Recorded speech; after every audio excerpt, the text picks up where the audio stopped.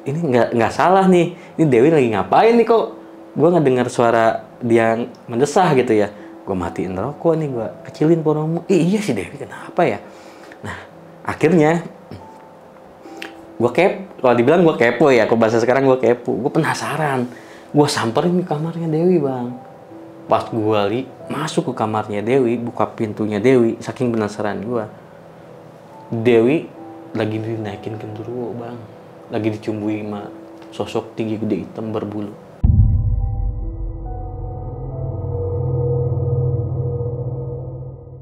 Oh, lagi main? Lagi dicumbuin bang. Oh, oke. Lagi dicumbuin. Nah pas gue buka pintu kan gue istighfar ya, astagfirullahaladzim. Nah si sosok itu ngelihat ke gue, matanya merah banget, langsung hilang gitu aja. Langsung gue tarik si Dewi dari dalam kamar, gue bawa keluar.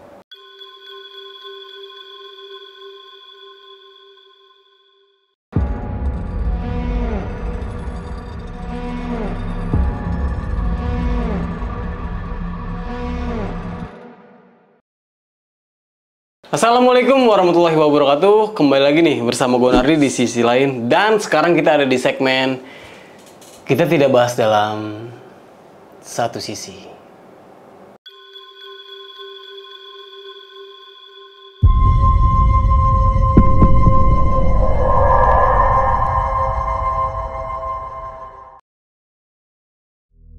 Bayangkan diri Anda mengikuti teman yang sedang KKN di sebuah desa yang terkenal dengan ritual pesugihannya. Desa yang tampak tenang di siang hari, namun menyimpan kengerian yang tak terduga saat malam tiba. Malam ini kita kedatangan narasumber yang merasakan langsung ancaman dari penunggu desa itu, yang ingin menjadikannya dan teman-temannya sebagai tumbal untuk memperkuat kekuatan gaib mereka. Apa yang sebenarnya terjadi di desa pesugihan tersebut? Bagaimana mereka bisa lolos dari cengkraman makhluk-makhluk jahat yang haus akan tumbal manusia? Langsung aja kita gas ke ceritanya.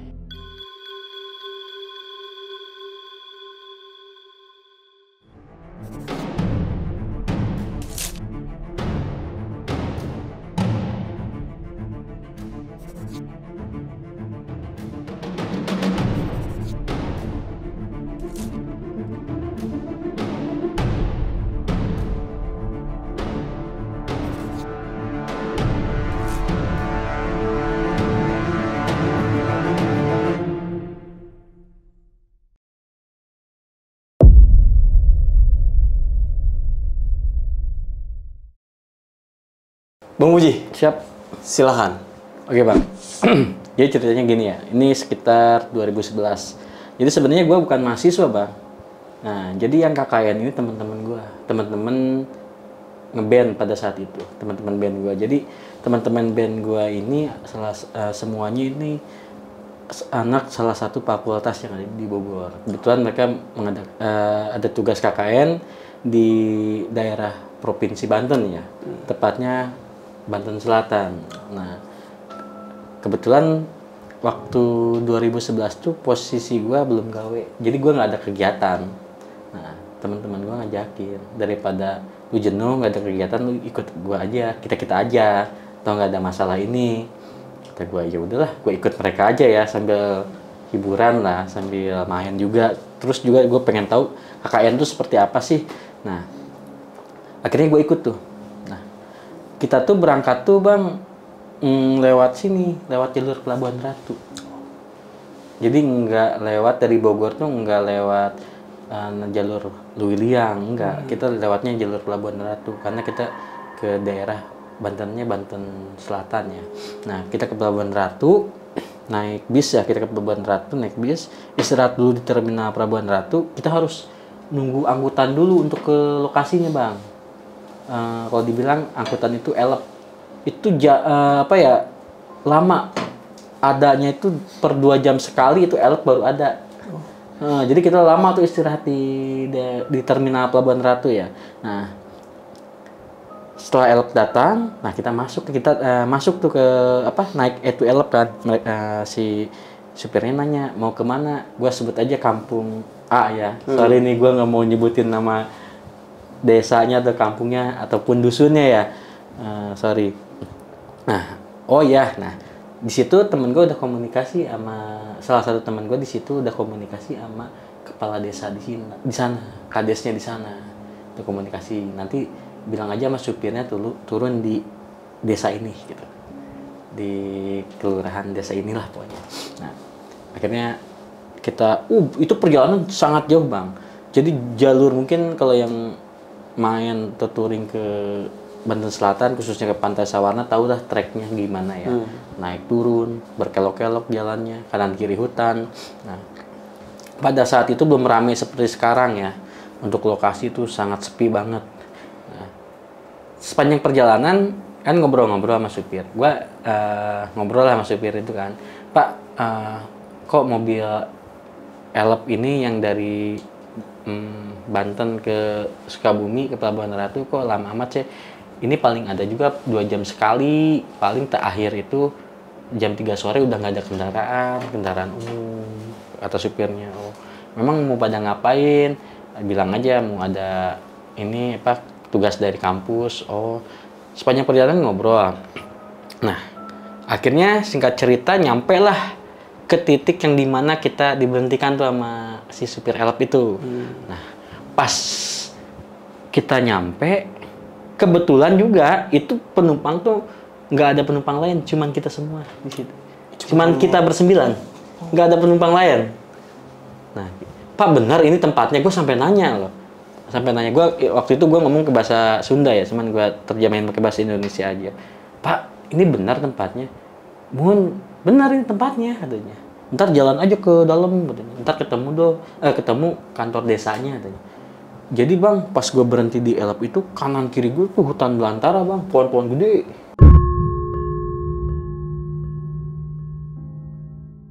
Jadi ada jalan masuk ke dalam, memang sih masuk mobil ke dalam itu. Cuman jalannya tanah, belum aspal, gitu, tanah jalannya. Nah, gue ngomong sama teman gue, nggak salah lu lokasinya. Ya gimana lagi, namanya juga tugas dari kampus ya mau nggak mau katanya. Ya udahlah, akhirnya kita bersembilan tuh jalan nyampe di kantor desa itu tuh kalau nggak salah jam 3:30 sore bang.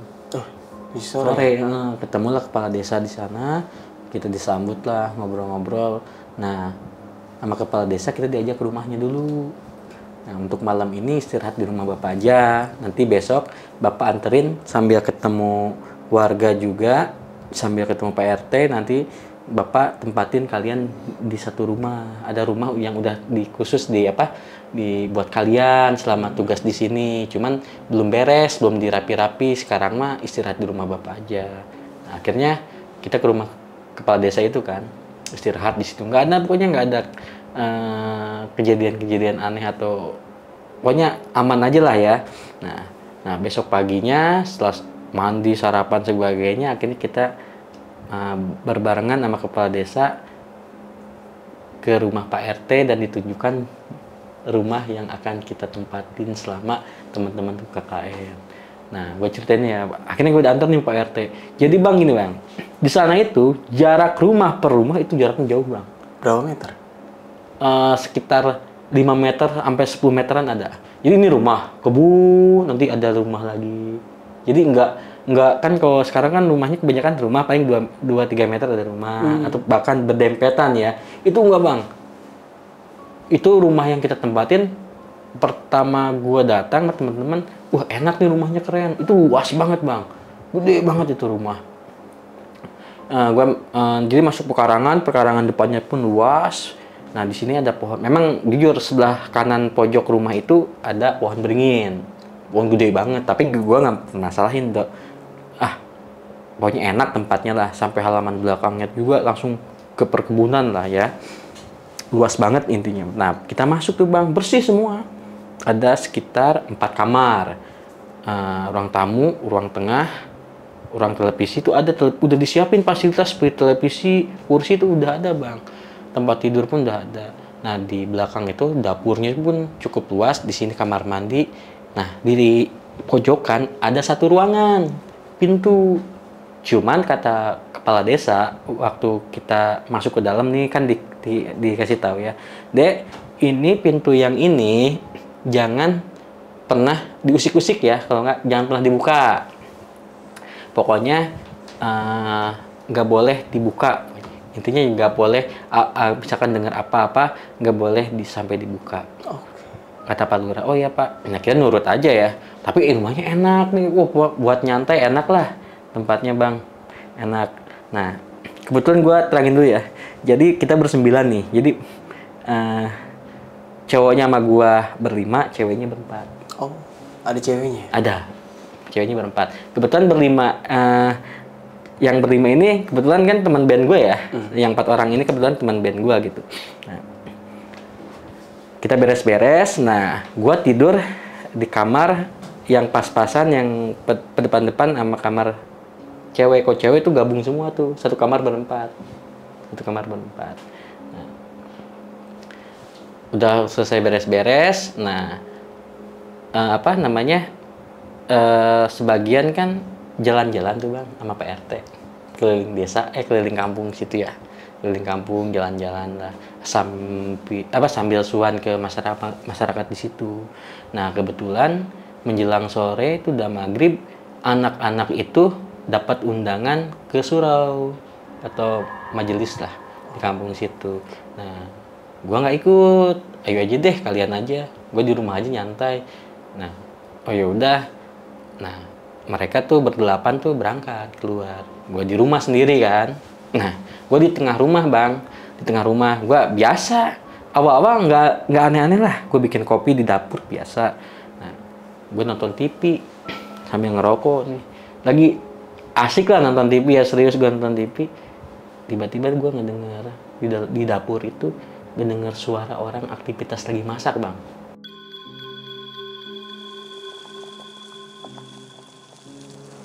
Layaknya lagi masak gimana sih di dapur? Iya. Nah, terus di kamar mandi ada orang yang kayak lagi mandi. Pertama gue nggak ini ya, gue hirauin aja, gue salah dengar atau gue pikirnya oh tetangga sebelah. Tapi setelah gue pikir kan ini jarak rumah yang gue tempatin sama rumah tetangga lumayan jauh. Iya. Masa sih kedengeran sampai sini? Gue kecilin nih volume TV, gue dengerin baik-baik tuh suara di mana asalnya. Itu tepat Bang di dapur. Aktivitas orang yang lagi masak. Akhirnya yang gue takutin satu maling. Nah, maling. Oke lah, gue buka. Kebetulan menuju dapur ada pintunya ya. Ada pintunya, gue buka pelan-pelan nih pintu dapur. Gue buka, aman Bang. Gak ada siapa-siapa. Kosong dan gak ada barang-barang yang berantakan. Terus gue cek kamar mandi juga. Kata gue tuh, mungkin gue halusinasi atau apa ya, salah dengar atau apa. Ya udahlah, gue balik lagi ke ruang tengah, gue nonton TV lagi. Nah, nonton TV lagi lah gue. Nggak lama terjadi lagi ada suara aktivitas yang sedang memasak dan suara yang mandi. Akhirnya kata gue tuh, gue penasaran. Gue masuk lagi ke dapur, tapi posisinya rapi, nggak ada orang, nggak ada apa ya, barang-barang nggak berantakan, kamar mandi pun nggak ada siapa-siapa. Nah, setelah gue mau balik lagi ke tengah rumah, gue ngedenger suara cewek nangis Bang. Cewek nangis? Cewek lagi nangis. Wah, kok ada suara cewek nangis? Sedangkan kan anak-anak semua pada di luar rumah ya, ada undangan. Nah, gue dengerin baik-baik. Jadi si suara cewek yang lagi nangis itu, perempuan yang lagi nangis lah ya, itu berasal dari ruangan yang nggak boleh kita buka.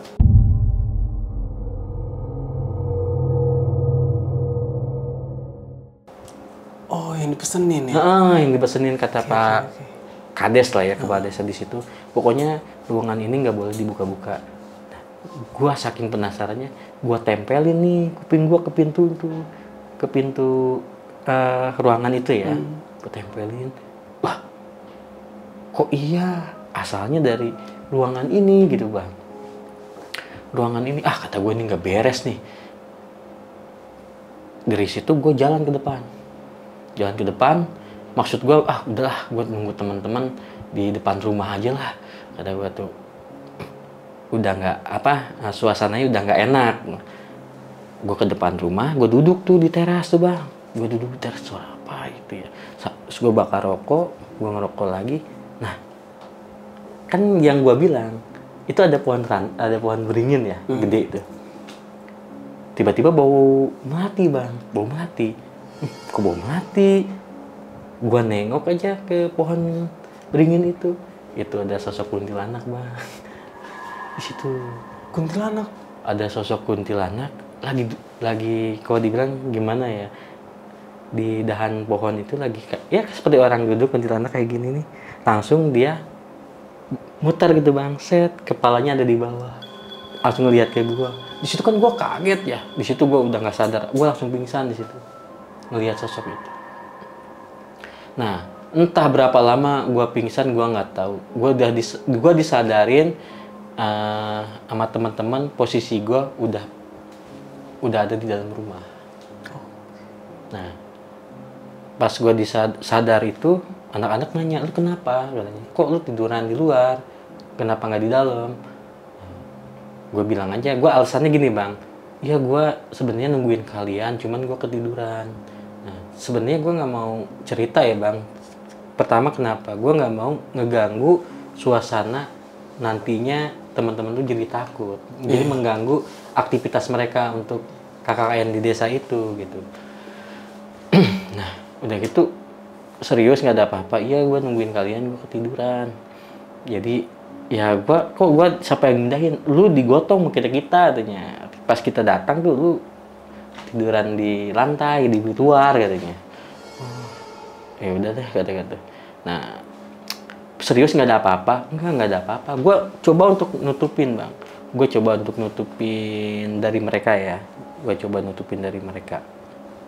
Nah, ya udahlah, lu istirahat aja, tidur. Gue tidur lagi tuh bang di kamar. Nah, teman gue itu pulas, itu nggak tahu jam berapa ya. Gue pengen ke kamar mandi bang, itu kebelet lah.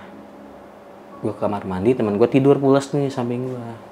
Kamar mandi lah, gue nggak ada apa-apa. Pas gue ke kamar mandi, beres dari kamar mandi, itu TV tengah rumah. Baru beres gue keluar dari kamar mandi, nutup pintu dapur, itu TV tengah rumah nyala sendiri bang.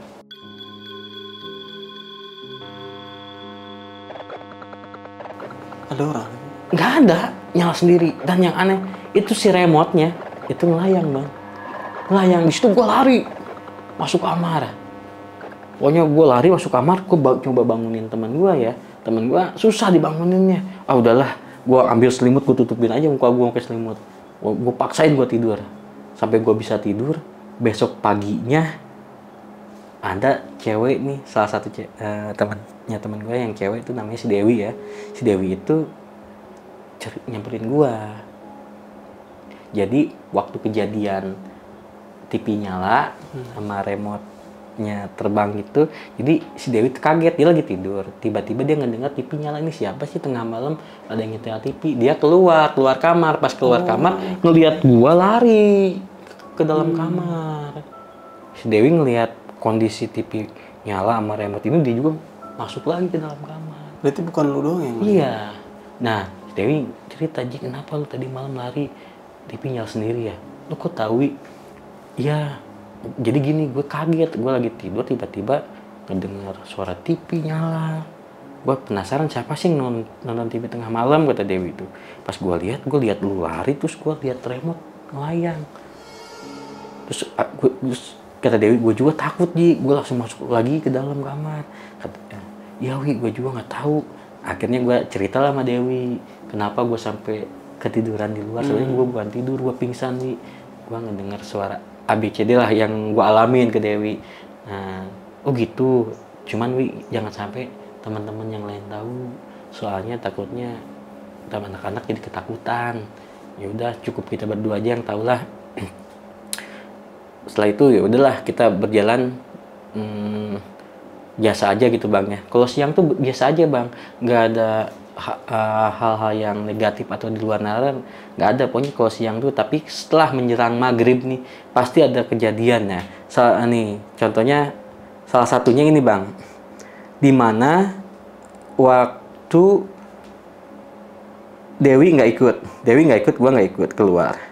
Nah, Dewi gua nggak enak badan, gua nggak ikut keluar. Nah, itu yang lain pada keluar, 7 orang itu keluar, gua sama Dewi nggak di rumah. Nah, gue nyantai aja, gue nggak begitu takut karena ada Dewi di kamar. Nah, Dewi juga nggak takut karena ada gue kan.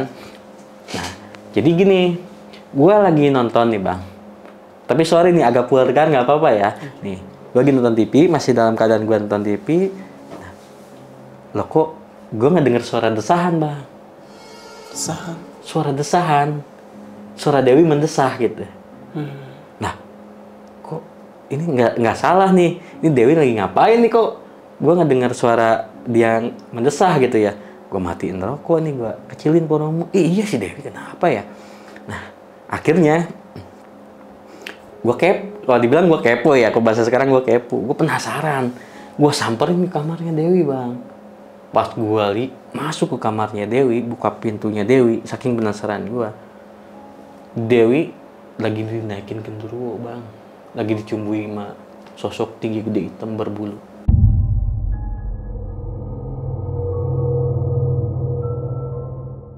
Oh, lagi main? Lagi dicumbuin bang. Oh, lagi dicumbuin. Nah pas gua buka pintu kan gua istighfar ya, astagfirullahaladzim.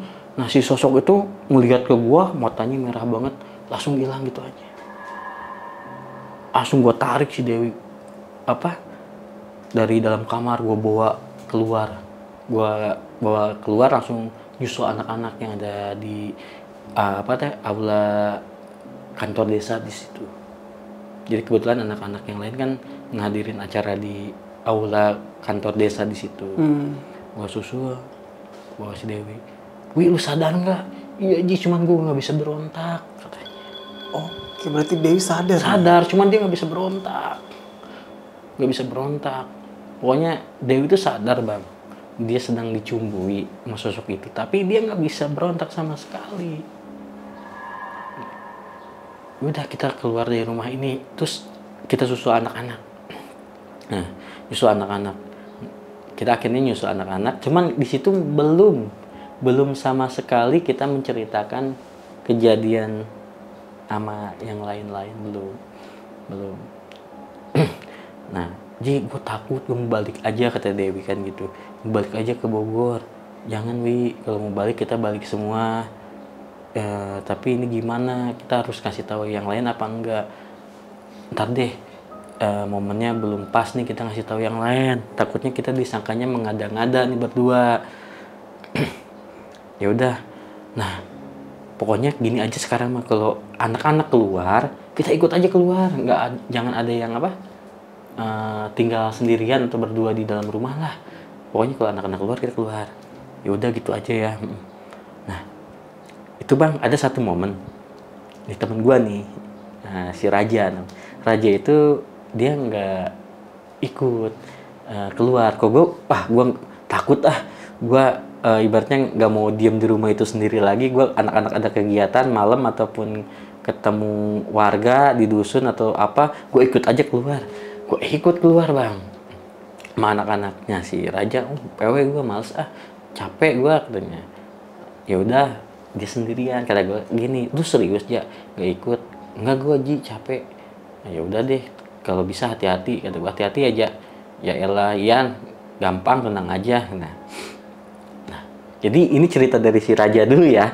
Setelah gue berangkat nih, setelah 30 menit kita ninggalin dia lagi rebahan lah. Jadi dia di tengah rumah tuh dia lagi rebahan gitu. Lagi rebahan. Nah, sambil nonton TV bang, lagi rebahan. Tiba-tiba wajahnya dia didekep sama kuntilanak.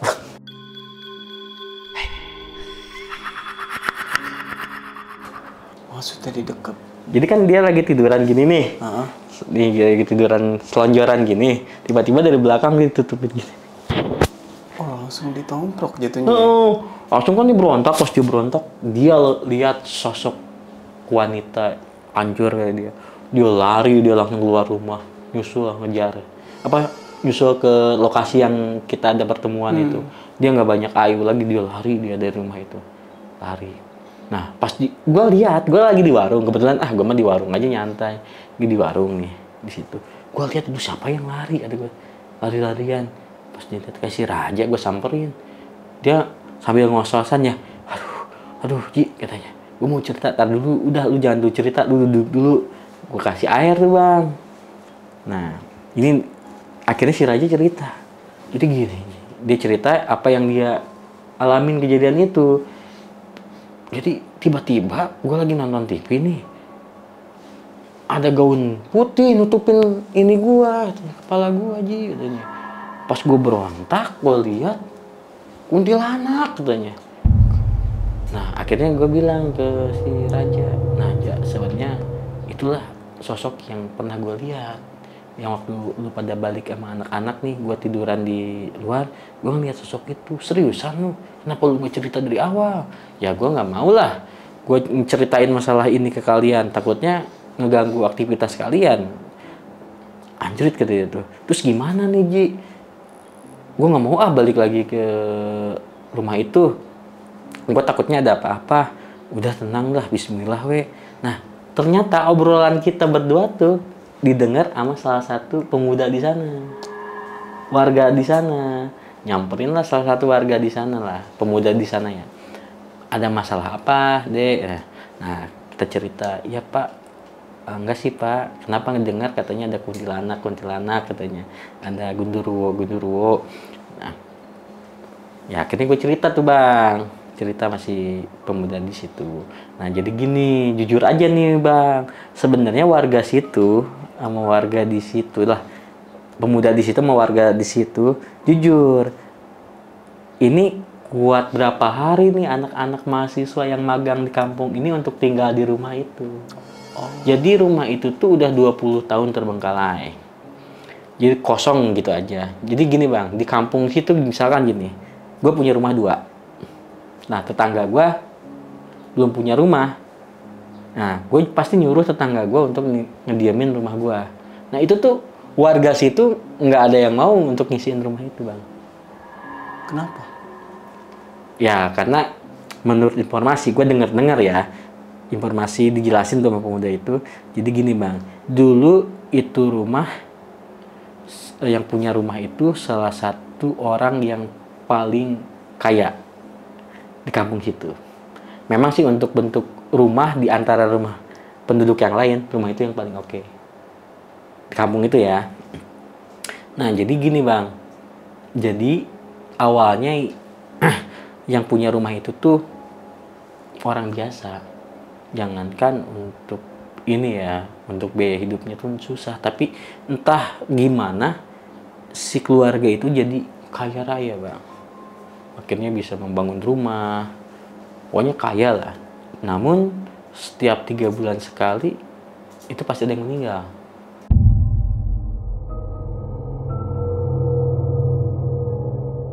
Salah satunya keluarganya, anaknya 3 meninggal semua, istrinya yang terakhir dianya, si suaminya itu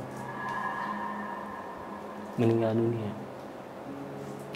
Terus dengar cerita lagi, akhirnya itu rumah karena kosong dan keluarganya pun gak mau ngurus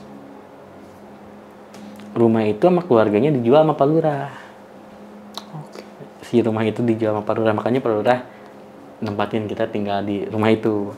Nah, dan jujur aja kata mereka, sama kata warga di sana, itu sering di dalam rumah itu kosong, tapi aktivitas selalu kedengeran gitu, orang yang lagi gimana sih ngobrol, ataupun ada suka ada suara orang yang anak-anak kecil pada lari-larian gitu. Jadi kosong tapi seperti ada penghuninya gitu. Dan nggak banyak, nggak sedikit orang yang ngelihat penampakan-penampakan di dalam rumah itu. Contohnya Gundurwo itu, sosok Gundurwo itu bang. Nah, waduh, terus gimana kita, apakah kita harus pindah dari rumah situ atau gimana? Harusnya mah kalian pindah dari rumah itu. Ya udahlah, kita nanti coba untuk ngobrol dulu, diskusi dulu sama teman-teman yang lain. Ya udah, ntar obrolin aja dulu, omongin. Nanti kalau sepakat, ntar ada tuh kok tempat yang bisa diisiin gitu ya. Oh ya, makasih ya sebelumnya ya. Nih, ya. Nah dari situ, dari acara itu kita pulang bang ke rumah itu. Nah cuman si Raja yang lari itu kemasukan bang. Baru kita nyampe gerbang rumah, tiba-tiba si Raja pingsan langsung menggerak, kemasukan. Suaranya tuh berat banget bang. Suaranya tuh apa ya? Kalau dibilang dia ngomong pakai bahasa Sunda, gue agak sedikit nggak ngerti juga ya bahasa Sundanya gitu. Jadi berat banget gitu. Dimana kan gue tuh megangin tangannya tuh jujur bang, badannya si Raja kecil, tapi tenaganya itu gede banget ini. Nah, salah satu temen gue itu manggil minta tolong sama warga dan datanglah sesepuh di situ. Kalau dibilang kiai lah ya, kalau kiai di sana untuk menyadarkan si Raja itu. Dan alhamdulillah tuh bang, si Raja sadar, bisa disadarin. Tapi sebelum Pak Kiai itu datang ya, jadi gue coba untuk berinteraksi ya, kata gue tanya gini, gue ngomong ke bahasa Sunda nggak apa-apa? Iya nggak apa-apa. Sorry ya, gue tanya gini nih, isaha, nah, si makhluk itu ngomong gini ya, yang ngerasuk itu buat teman gue ngomong gini nih, siapa bakalan baik kami, Apa tuh? kalian bakalan mati sama saya. Nah udah gitu si makhluk itu nunjuk gue, nah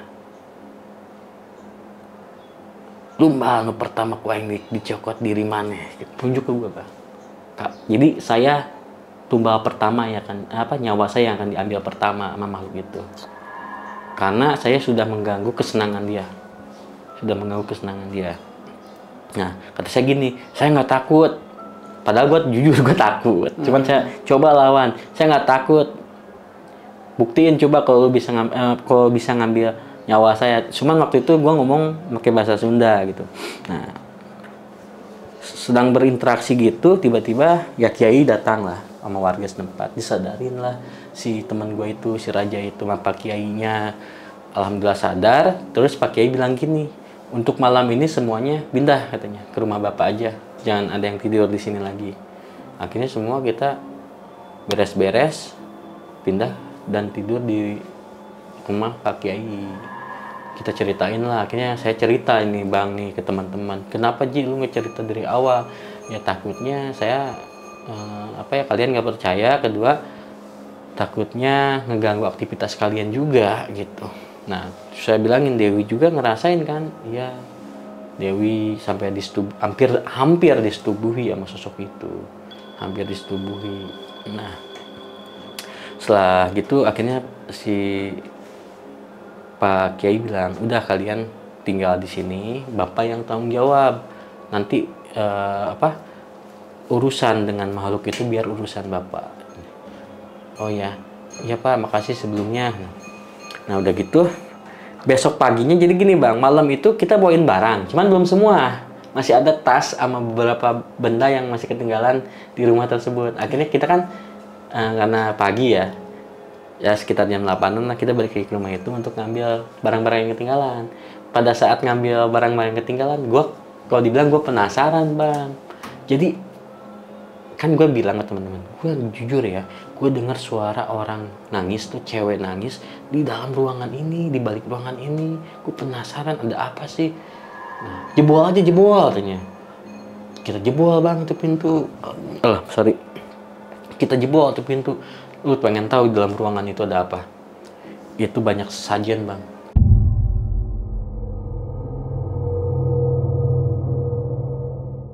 Kembang-kembang, kemenyan, kayak gitulah pokoknya. Buah-buah yang udah busuk. Banyak sesajen lah di situ tuh. Ada bekas kopi gitu ya. Kok? Nah, di ruangan itu ada pintu lagi bang, ternyata ada pintu menuju keluar.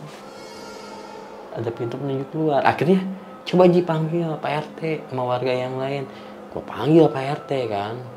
Ikutlah Pak RT sama beberapa warga. Pak, kita nemuin ruangan ini di rumah ini.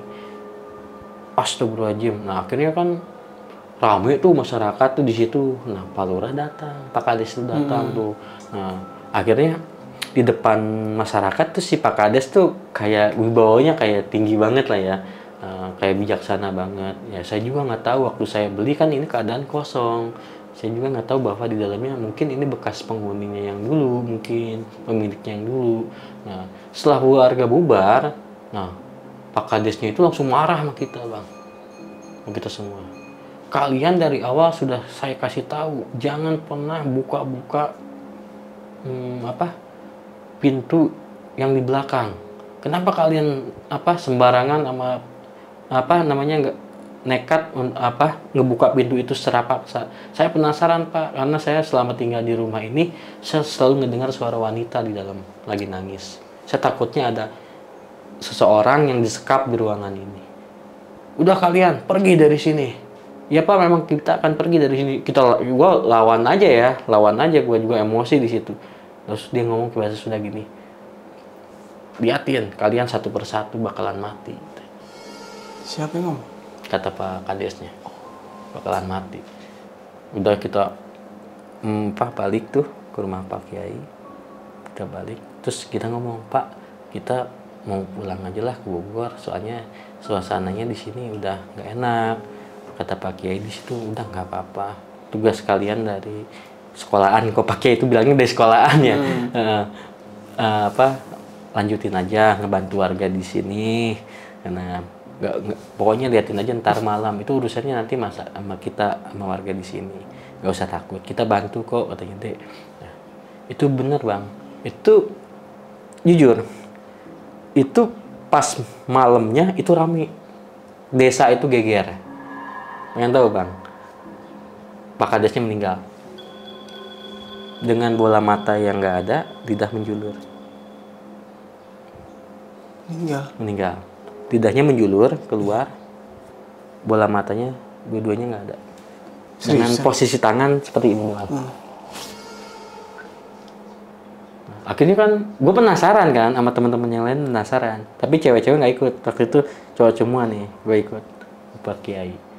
Gue ngelihat mayatnya gitu. Kata Pak Kiai, inilah akibat dari perbuatannya dia sendiri. Gitu.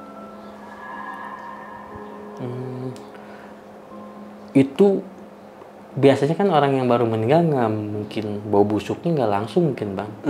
Itu bau busuknya parah Bang. Tapi tetap di ini kan di iniin secara Islam kan ya, tetap sama warga di ini kan gitu. Nah pada saat si jenazahnya Pak Kades lagi dimandiin nih, rumah yang kita tempatin itu kebakar Bang. Tiba-tiba kebakaran rumah yang kita tempatin itu. Jadi warga tuh repot ya, dari sisi madamin api, sisi lain ngurusin jenazahnya si kepala desa itu. Nah, pokoknya malam itu repot banget dah. Jujur gue juga ngebantuin juga ya pada saat itu, gue ngebantuin madamin apinya juga pada saat itu. Nah, tapi alhamdulillah api bisa terpadamkan. Ya rumah itu jadinya mungkin sampai sekarang kalau itu masih ada rumahnya hancur. Yes. Kalau masih ada udah hancur gitu. Nah, Pak Kadesnya itu dimakaminnya. Jadi kalau di sana tuh nggak menunggu besok paginya. Setelah dikapanin semua langsung dimakamin. Setelah beres pemakaman, balik, gue ke rumah Pak Kiai, ngobrol-ngobrol sama Pak Kiai. Jadi ternyata gini, jadi dalang dari persugihan itu, yaitu Pak Kadesnya itu. Jadi si keluarga yang punya rumah itu awal waktu posisinya keadaan lagi susah, itu sama Pak Kadesnya udah disuruh untuk melakukan persugihan kepada Gundurwo itu. Dan setelah Pak Kadesnya itu meninggal, rumah itu terbakar hangus.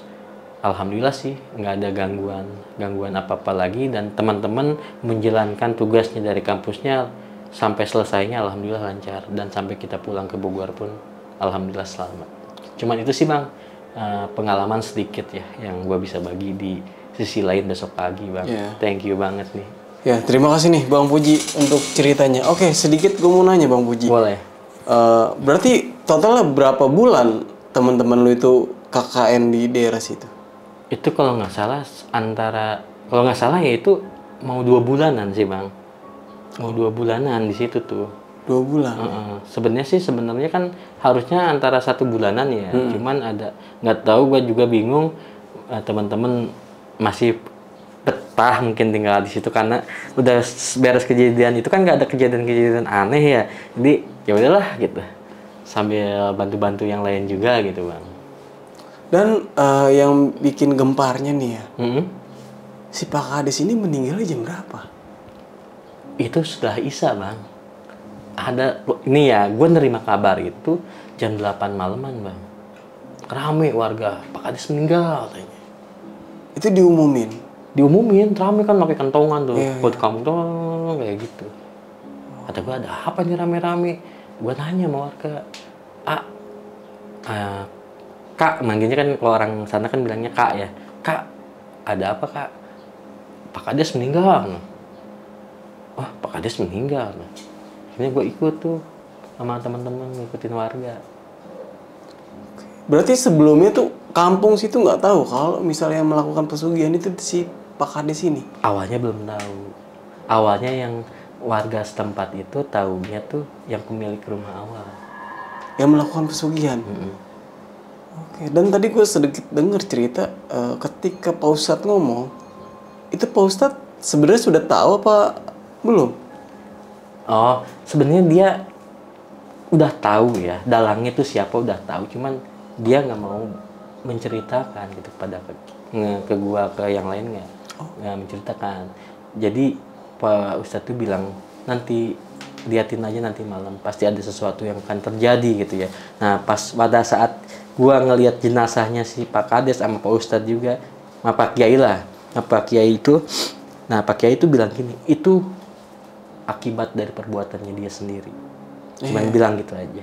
Iya, berarti kalau misalnya dia ngomong seperti itu, ya intinya berarti dia tahu dong awalnya itu. Ya mungkin dia nggak mau cerita, mungkin kan belum ada bukti bang.